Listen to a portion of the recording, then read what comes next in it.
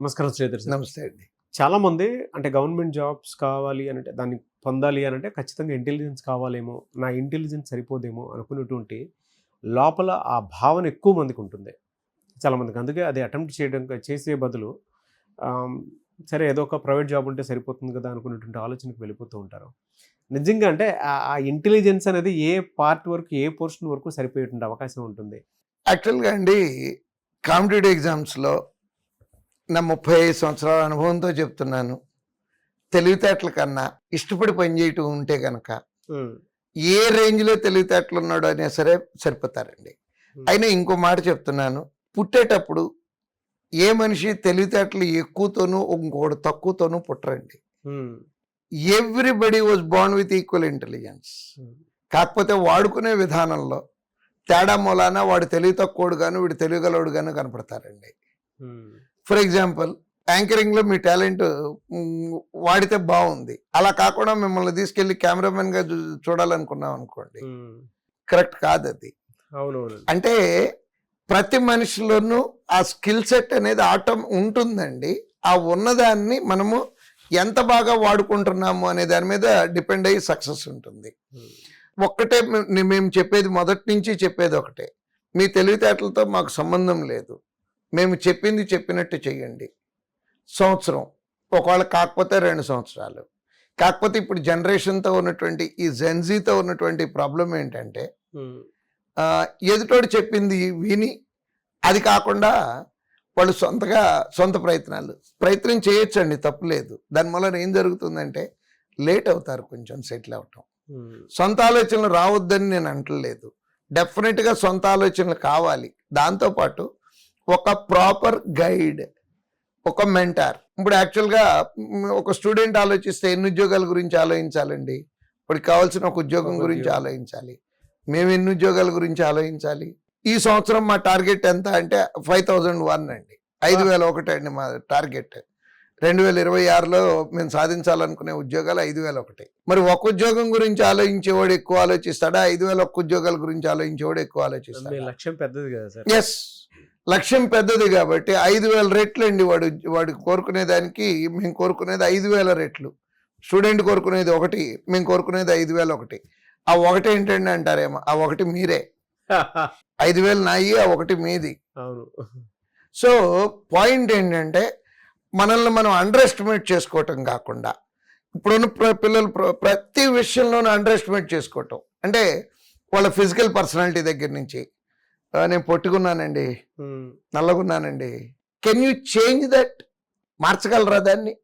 దేవుడు మనకి ఇచ్చినటువంటి ఈ పర్సనాలిటీ ఒక అడుగు ఎక్కువ ఉంటే బాగుండు అనిపిస్తుంది. Can you change that? మరి మార్చలేని దాని గురించి ఎందుకంత బాధపడటం?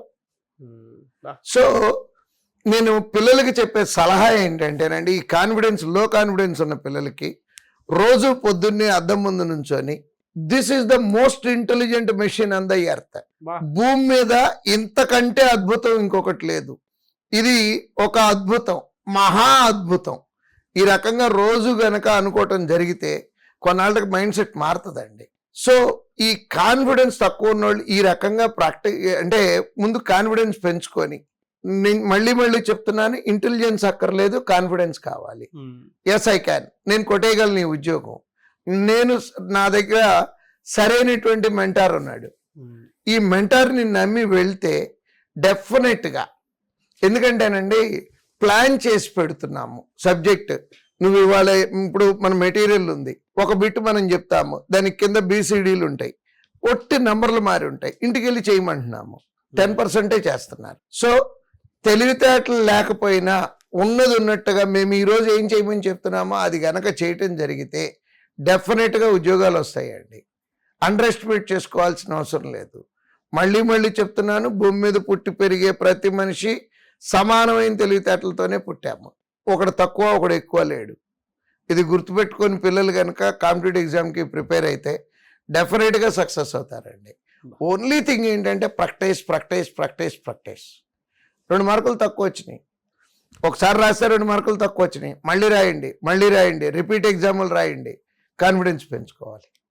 అది చేయాల్సిందండి. Extraordinary sir.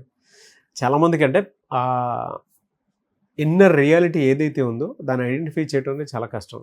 ఎస్, అండ్ మీరు ఇందాక you are the most intelligent machine అని చెప్పేసి వాళ్ళ అద్దం ముందు చెప్పుకోవాల్సిన ప్రాక్టీస్ చేయాల్సిన అవసరం చాలా ఉంది. ఎస్, దాన్ని కనుక ఓవర్కమ్ అయితే లైఫ్లో ఏదైనా సాధించగలుగుతారండి.